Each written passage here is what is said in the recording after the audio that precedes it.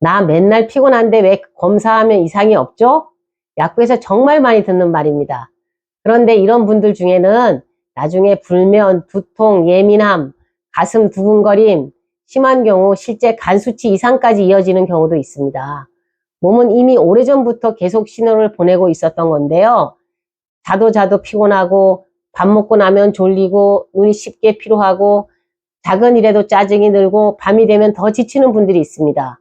오늘은 왜 검사에서는 이상이 없는데 몸은 계속 피곤한지를 동의한방의 관점에서 쉽게 설명드리겠습니다.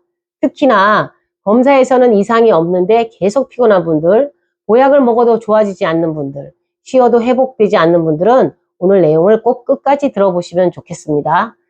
제가 실제로 한 달 정도 상담하면서 회복을 도와드렸던 그 친구 남동생 사례도 같이 말씀드리겠습니다. 서양의학에서는 피로의 원인을 수면 부족이니 영양 부족, 호르몬 문제, 우울감 등으로 설명을 하는데요. 물론 틀린 말은 아닙니다. 그런데 실제로는 검사상에 큰 이상은 없는데 몸은 계속 지쳐있는 분들이 정말 많습니다. 동의한방에서는 이런 상태를 간이 과도한 스트레스와 피로로 인해서 점점 뜨거워져서 기능이 떨어진 상태, 즉 간열로 이해하는데요. 저희 약국 직원도 저한테 가끔 물어봐요. 왜 약사님은 자꾸 그 모든 거를 열과 진액 부족 이야기로 하세요? 이렇게. 그 이유는 그 인체를 하나의 36.5도를 유지하는 피주머니라고 생각하면 이해가 쉬운데요. 우리 몸의 장기들은 그 스트레스, 과로, 수면 부족, 나쁜 생활 습관이 반복되면 점점 뜨거워지게 됩니다. 그런데 문제는 그 열을 식혀주는 이 피주머니, 즉 그 진액까지 부족해지면 몸이 쉽게 지치고 예민해진다는 겁니다. 동의한방에서는 이런 상태를 장부가 뜨거워졌다라고 표현합니다. 그리고 이런 열 상태가 오래 지속되면 여러 기능 저하와 불편감으로 이어질 수 있다고 보는 건데요. 이 부분은 다음 영상에서 더 자세히 설명드리겠습니다. 다시 피로 이야기로 돌아가 보겠는데요. 동양의학에서는 간은 원래 생기를 담당하는 장기라고 봅니다. 아침에 벌떡 일어나는 힘, 의욕, 추진력, 활력 같은 것을 담당한다는 건데요. 간이 그 영어 이름이 리버잖아요. 서양의 고대 의학에서도 그 간을 생명력과 활력의 중심으로 보기도 했답니다. 또한 음양오행에서 간은 나무에 해당하는 장기인데요. 나무가 물을 많이 필요로 하듯이 간도 충분한 진액이 필요한 장기라고 설명합니다. 여기서 말하는 물이 바로 진액인데요. 그런데 스트레스와 과로가 반복되면 간이 점점 뜨거워지기도 하고 진액도 부족하게 되죠. 처음에는 검사에서 잘 안 나타나는 경우가 많아요. 하지만 몸은 먼저 반응을 하기 시작하는데요. 아무리 자도 피곤하고 의욕이 떨어지고 짜증이 늘고 또 눈이 쉽게 피로하고 괜히 예민해집니다. 심한 분들은 아무것도 하기 싫다, 사람 만나는 것도 귀찮다, 이렇게 말씀하시기도 하는데요. 동양의학에는 노상간이라는 말이 있습니다. 분노와 스트레스가 간을 상하게 한다는 뜻인데요. 동의한방에서는 이런 상태도 간열이라고 표현해요.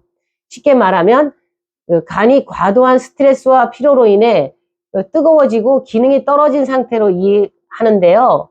서양의학에서 말하는 초기 염증 반응이나 기능 이상 상태랑 비슷한 개념으로 볼 수도 있습니다. 물론 아직 검사에서는 간 수치가 정상으로 나오는 경우도 많아요. 그래서 많은 분들이 검사했는데 이상 없는데요? 라고 말씀하시는데요.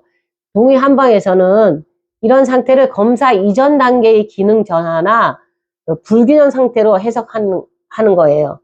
여기서 이제 중요한 것이 있는데, 처음에는 그냥 피곤한 정도인데 시간이 지나면 이제 잠을 자도 이제 회복이 안 되죠. 그래서 많은 분들이 내가 기운이 떨어졌나 보다 하고 홍삼, 인삼, 녹용 이런 그 보약을 드시는 경우가 아주 많아요. 그런데 오히려 더 답답해지고 더 피곤해지고 또 열감도 생기고 잠도 안 오고 가슴 두근거리는 분들이 생기게 됩니다.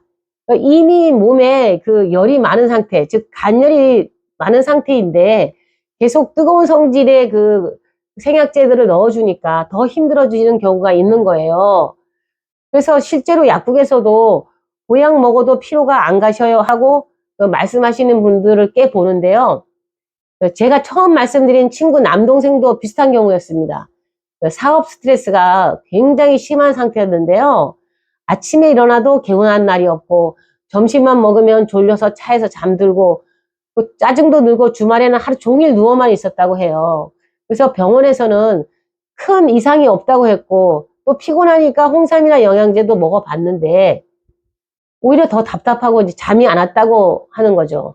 그러니까 이런 경우에는 무조건 기운만 넣는 게 아니라 몸에 열을 식혀주고 부족한 진액을 보충하면서 몸의 균형을 맞춰주는 방향으로 접근하는 게 중요합니다.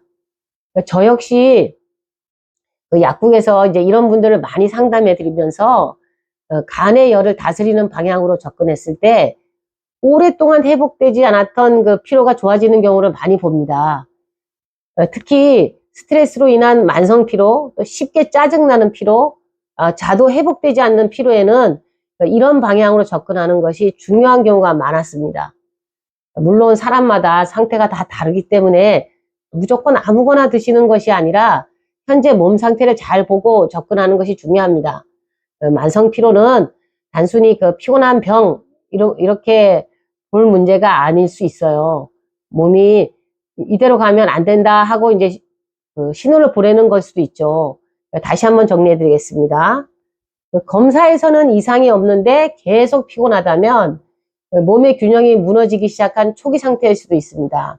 특히나 이제 스트레스랑 과로가 오래 지속되면 몸은 점점 속에 열이 가지게 되고 진액은 부족해지면서 쉽게 지치고 회복이 안 되는 상태가 될 수 있는데요. 이런 상태인데 계속 고단위 영양제나 홍삼, 인삼, 녹용 같은 것만 반복해서 드셔서 오히려 더 답답하고 열감이 심해진다면 몸 상태를 다시 한번 점검해 보실 필요가 있습니다. 간은 원래 회복력이 좋은 장기라고 알려져 있습니다. 그래서 몸 상태를 잘 조절해주면 생각보다 회복이 빨라지는 경우도 많아요. 오늘 영상이 나는 왜 이렇게 피곤하지 하고 고민하셨던 분들께 조금이나마 도움이 되셨으면 좋겠고요. 제가 처음 유튜브를 시작하게 된 이유도 동의 한방의 원리를 알고 나서 건강에 대한 불안이 많이 줄어들었기 때문인데요. 그래서 약국 주위 동네 분들 뿐만 아니라 더 많은 분들에게 이런 관점을 쉽게 알려드리고 싶었어요. 저처럼 건강에 대한 걱정을 조금 덜고 싶으신 분들은 제 영상을 좀 공부하듯이 보시더라고요. 영상 보시고 궁금하신 점 있으시면 댓글 꼭 남겨주시고요. 제가 최대한 답변 드리겠습니다. 그리고 간이 힘들어지면 단순히 피로만 생기는 게 아니고 뭐 눈도 피로할 수 있고 두통이나 뭐 불면, 예민함, 또 뭐 턱관절 통증, 소화불량 이런 게 이어질 수 있는데 이런 것도 간하고 관련이 있다고 하고 알고 싶은 내용들은 다음 영상에서 더 자세히 말씀드리겠습니다. 다음 영상을 기다리기 힘드신 분들을 위해 고정 댓글에 관련 내용 링크도 남겨두겠습니다. 주위에 늘 피곤해 하시는 분들이 있다면 꼭 공유 부탁드리고요. 좋아요와 구독도 해주시면 좋은 내용으로 계속 찾아뵙겠습니다.